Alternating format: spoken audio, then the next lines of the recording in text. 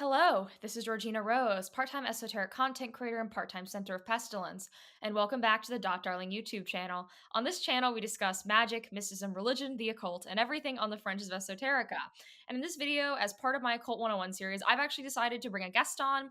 My Occult 101 series thus far has been pretty much just me, but this is a subject I really wanted to explore, and I have an amazing friend who knows a lot about the subject. I've done a few interviews on this channel in the past, and you guys do seem to like them, so I want to sort of keep doing them periodically. They're not going to be the sole focus of what I do because I like monologuing too much to make that a thing, but I thought that this would be a really lovely one to have on.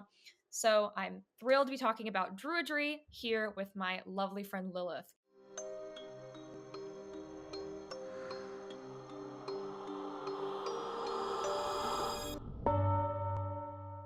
Yeah, thank you so much for having me. I just for one, like I love your intros period, but I feel like you are not a center of pestilence in any way, shape, or form.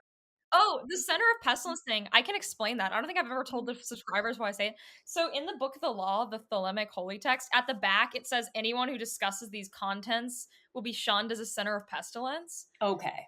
But I think a lot of people don't understand the reference, and so it just seems very jarring. I'm like, you're like the sweetest person. Okay, that makes way more sense. My name right now is Lilith. I go by Outlaw Priestess on the interwebs. And yeah, I've been practicing Druidry formally for like around 7 years. It's such a fun thing to talk about because it's kind of just under discussed. And I've joked with Georgina before that I feel like modern Druidry is me and like 6 guys with white hair, 4 of whom I'm already friends with, who are awesome. And I'm not knocking that, but I just feel like it is it's interesting to discuss because people seem to jump to historical Druidry, which is super important. And scholarship is a big part of the tradition, the perspective, whatever you want to call it. But it's 2022, and I'm not doing it as a museum piece. This is not an intellectual exercise for me. So it's important to me to talk about it as a living faith and as a living practice, that we take inspiration from the past and we glean what we can, but we also, breathe life into it in the now. Yeah, so that was actually one of my big sort of things I wanted to touch upon, and that would be how does modern Druidry vary from that historic one? Because I think when people hear the word Druidry, their mind goes to like the historic Druids, because people really, yes, you're right. I mean, people don't talk about it a lot. So, what is sort of the big difference between what historians know, which from what I know, there's actually not a lot of records on that, versus what Druids are doing now? Yeah, I mean, that's a great question. I guess two separate answers. One of them, I'm going to address the second first because it's easier. We don't have a lot.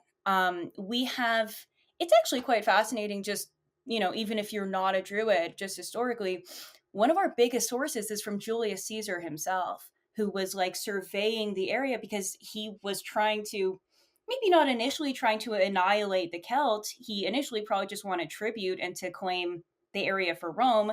They didn't want to do that. They said, fuck off, basically. I'm sorry to cuss.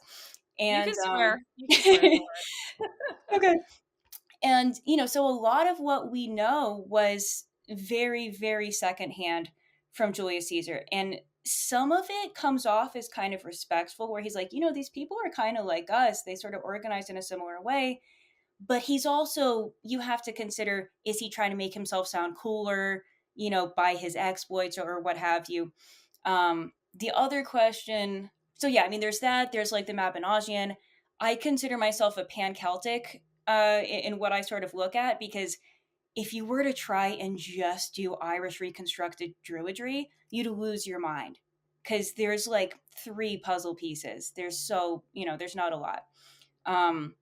So what's different now is, for one, cannibalism is now frowned upon, which I think is unfortunate, and was pretty misunderstood. It wasn't, from what I understand. The thing with the ancient Druids is that they wore a lot of hats. They were lawyers. They were, mediators of conflict between people. They were scholars. They were poets. And during times of war, like during the looming invasion of Rome, they weren't, from what I understand, just out here cannibalizing people as the rule. But the stuff that we find like archaeologically of like, hey, there's some sucked out bone marrows where there was druid activity, that's when they were like really facing annihilation. And the thing is, sorry to just go super edgy really quick, we have the death penalty today. And the difference with, I don't think the druids were, going out of their way to be evil. I think it's, they were both legal and religious leaders. And when you have a prisoner of war, when you have a criminal, when you have someone who you're going to put to death, they made it a religious thing because that's, that was their role. So yeah, we can't do that anymore is the point of that. But yeah, I mean, today, we don't, like we don't have, uh, like you can't really be born into it. You're not going to have a teacher who's going to teach you for several years unless you get lucky. Um, we do have like, I'm part of Arnreacht Vane, which is an American Druid fellowship, and there's kind of some like solo study pathways that you can take, and there are some people who will help you with that if you ask nicely. um, but yeah, it's a lot of what Ian Corrigan, who's also an ADF, calls reimagining, and it's just, it's not it's far from a dominant tradition. It's like the niche of the niche. Something you mentioned is the pan-Celtic stuff, and so that makes me wonder, how does Druidry vary from the other various Celtic occult traditions? Like, there's, the Irish pagans, there's the folk British, all this stuff. How does it vary from other sort of broadly under the Celtic umbrella of practices? Yeah, I mean, so Druidry specifically, even if we are doing like a reimagined modern practice, it is at least sort of coming from that root tradition of, we're scholars, we're poets, we wear certain hats. And, you can work in the Celtic pantheon under that umbrella and not take that on at all. There are people who, anytime someone wants to talk about how you can't be a Christian witch, I'm just like, dude, look at, what's the there's that medieval, the Carmina Gallica.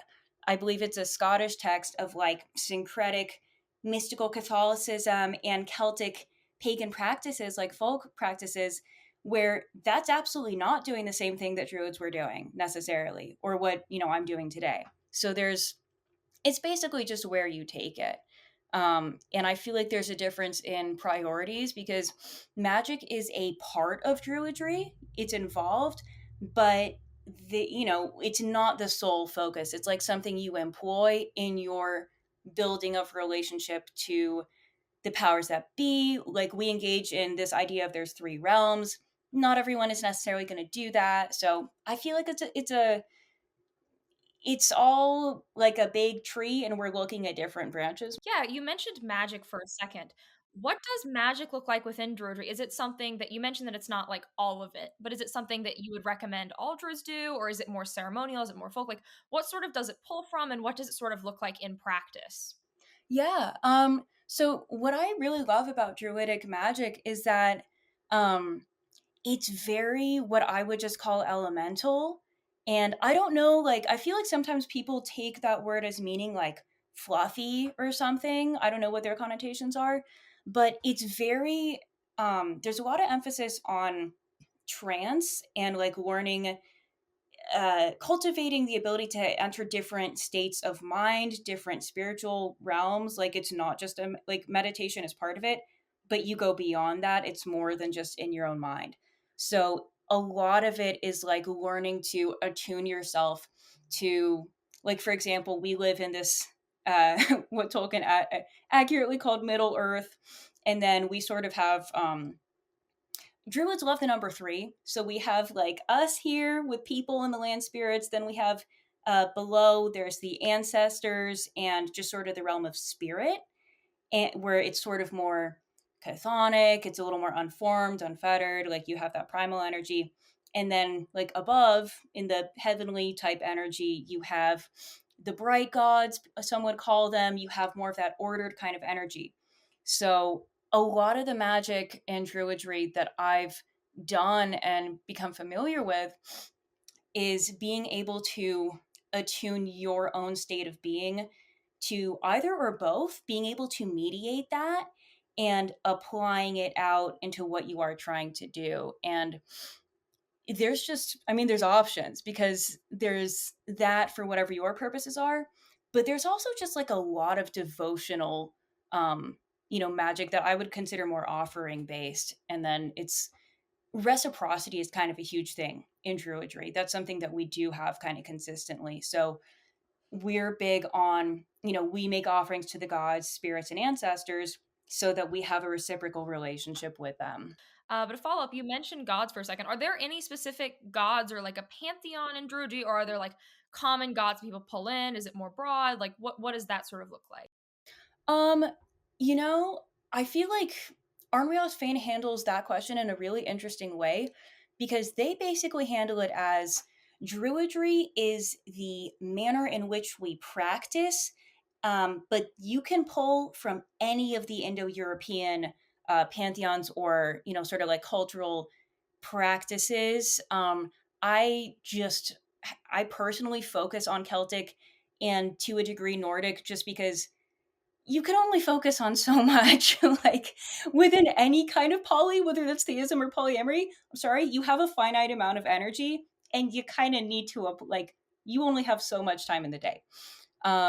So if you go to different like there's what's called different groves with ADF, and if you visit different ones, okay, like some will be more Hellenic, some will be more like I've been to, God, I'm trying to remember, like Persian. Like there's some really cool different ones that people pull from.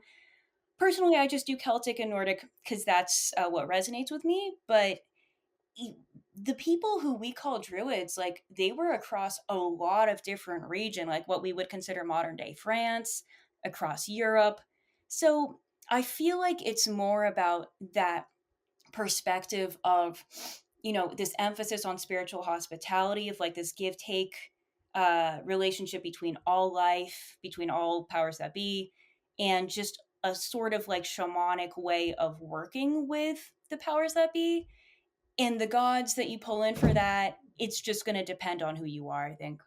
But other question I wanted to ask is what are like the biggest misconceptions you see about Druidry? What are people getting wrong about it that you wish you could sort of clear the air on? For one, that it's kind of just like a hippie tree hugger thing. uh, if people know we exist, which they often don't, and that's maybe our fault, maybe just the way of the world.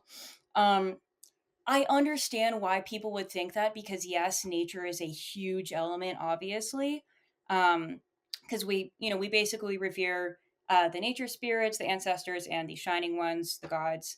But it's not like this. Just peaceful at all times. Like I heard someone say that paganism is about harmony, and I'm like, speak for yourself. Like that's that depends. So I would just say, like, yeah, obviously we love nature, but it's not just like we're not pacifist, like necessarily. That's an individual choice. Um, and people don't obviously, like I said, it's 2022, but there are definitely some druids, such as myself, who like would go back to some of the old ways if possible. Like, one of the ancient druidic laws from Brian law is that if a husband intimately neglects his wife, he has to pay a fine. And I just feel like that's a great idea. What advice would you give to people interested in it? Like, what would you tell younger you if you could like get in the time machine and say something to her? I honestly, I think I did it in the way that I would do it again because my first experience was just I looked up a ritual, I found one, and I just immediately jumped in the circle and like started dancing when they had this drumming portion. I was like, yeah, like this is it. So I guess just like, and this is maybe going to sound cliche, you don't need to like be afraid that you're not enough for whatever space you're in. If you show up at a ritual and it's only old people, they want, like, if they don't want you there, that's their problem. But for the most part, like, your people want to share their like thing that they love. And I feel like especially super minority religions like this one, like if you want to be there, then you deserve to be, as long as you're being respectful. Don't ever feel like you're not enough. Because I did, contrary to how I act today, I did used to have some anxiety about that. I'm like, I don't know enough. I can't list off more than like 3 god names. That's how you learn. You gotta just do it. So just do it. Yeah, you've mentioned that the community veers older. What is it like being a younger person in the community? The upsides are that some of the really cool ones will kind of like take you under their wing. And like I've talked about, I have this lady who I think of as like my Wiccan grandma, who's like super sweet. And some of them are just like, hey, like you're here because you have the same love for the craft we do. We're just going to share, what we can with you and stuff. But to be very honest, there are also just sleazy old dudes that will objectify the living shit out of you. And you have to either get someone to protect you or and basically be your like person that stands next to you and stuff, or you just have to get a thick skin, which sucks. And that's not me victim blaming myself or anyone else, but those guys do exist. And that's part of why I am as non averse to confrontation as I am, because I just got sick of it. And I'm like, you're not going to make me uncomfortable in my own religion. That's just not going to happen. So basically. No, it's important to have people like you who are willing to stand up for other members of the community and actually, like, when you see a problem, try to do something about it and actually, fix the situation.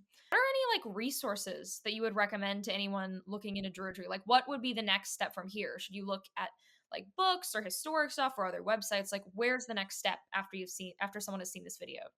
Okay. The two biggest organizations that have the most material online are going to be ADF that I've mentioned, and also OBOD, which is Order of Bards, Ovates, and Druids.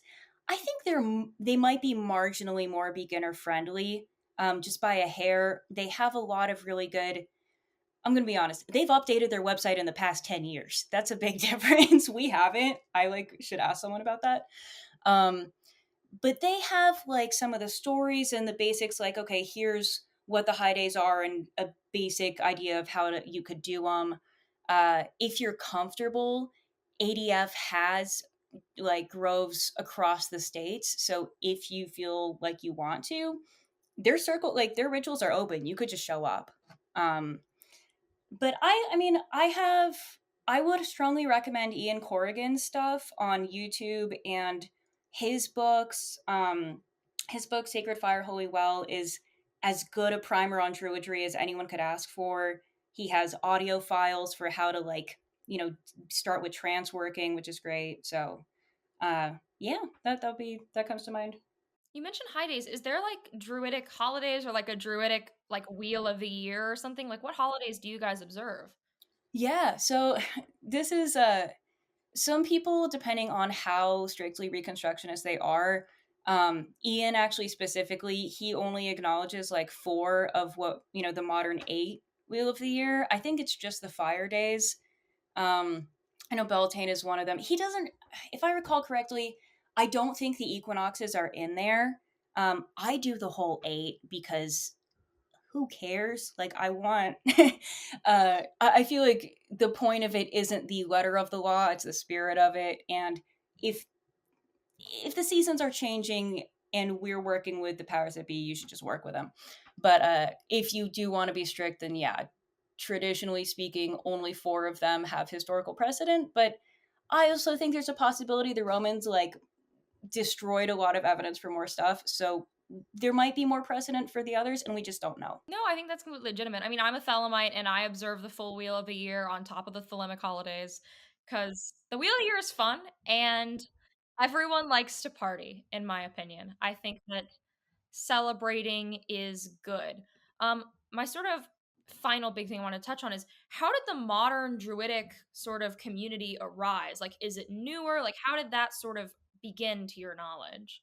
Um, Not to shamelessly plug my own podcast, but my last episode was literally about this.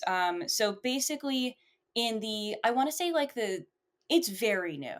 I like in the 70s and 80s. And one of the cool parts about the community is you can talk to people who were there. Like uh, my last guest that I spoke to is Murtagh on Doyle.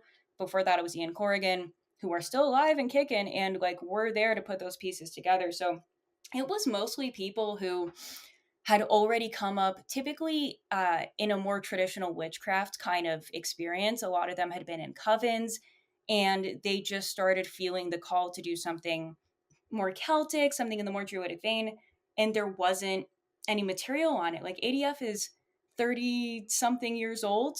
It's very like a lot of it's very new. So people who have put these traditions together, it's been only the last few decades, which is both challenging but also really cool because you can still be part of that history by just weaving yourself into it today. That's super interesting because I knew that you had a traditional witchcraft background and have incorporated that in your practice based on quite a few conversations we've had in private. How does, and it's interesting saying that other people in that movement have the same sort of background. How does traditional witchcraft relate to druidry? What's that sort of connection?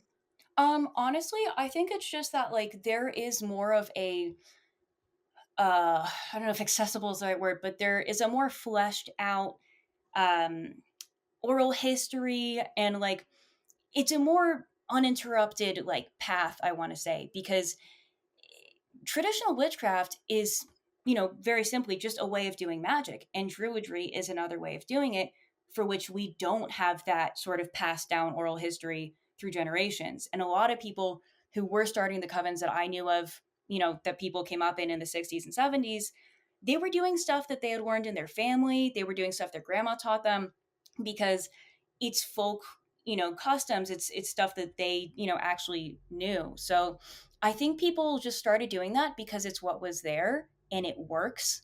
And, like they're just, you kind of had to build your own material if you wanted to go outside of what there were options for at the time. Because we take the internet for granted now, but occultists and practitioners who were doing that before the internet have all of my respect, because they just, so many of them had almost nothing. And that's also why people shouldn't feel nervous today, because it's like we're also worried about not knowing enough, and that's a valid thing to worry about. But there were dudes who literally read The White Goddess by Robert Graves and started a coven. So I think you should just do the spell. I completely agree with that. I've sort of joined the skin, the be, don't be afraid to scrape your knees school of occult philosophy of if you want to do a ritual, try it, see what happens. That's how you're really going to learn. But where can people find you? Awesome. People can find me as Outlaw Priestess on pretty much everything. If you see my picture and that's not the name, it's not me. Except for YouTube, my podcast is just a Culture Wars on YouTube and Spotify, and I have a Patreon where I rant. What was I gonna?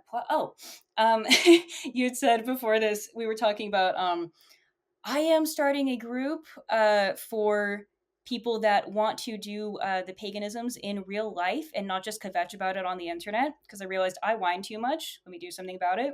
So if you are in the greater Los Angeles area and you want to meet up with, people who, not to be snobby, take this stuff seriously and want to do it in real life, just look me up, go to any of my social medias, and you are welcome at my gatherings. Just don't be crazy. Be nice. Thank you so much for coming on. If you've enjoyed this video, I have a lot of other videos, but you can also find me on a variety of platforms. I'm on Instagram, TikTok, YouTube, Twitch, Telegram. I host the podcast Magnolias and Magic everywhere podcasts can be found that is worth listening to podcast. As well, I am the author of the book Begin with True Will, a beginner's book to Thelema that is for pre-order everywhere books are sold. Thank you for watching. Like, comment, subscribe. And if you're subscribed for 93 days, oh, wait, another thing. I do have a Patreon. If you like these videos, I give extra videos every month, ritual guides, amongst other things. So check that out. But like, comment, subscribe, and ring the bell. And if you're subscribed for 93 days, you will meet your holy guardian angel. Please don't call the Better Business Bureau on me for that. That's 100% how it works. Do not sue me. And if you do that, you'll never need to know what the word druid means again. All right.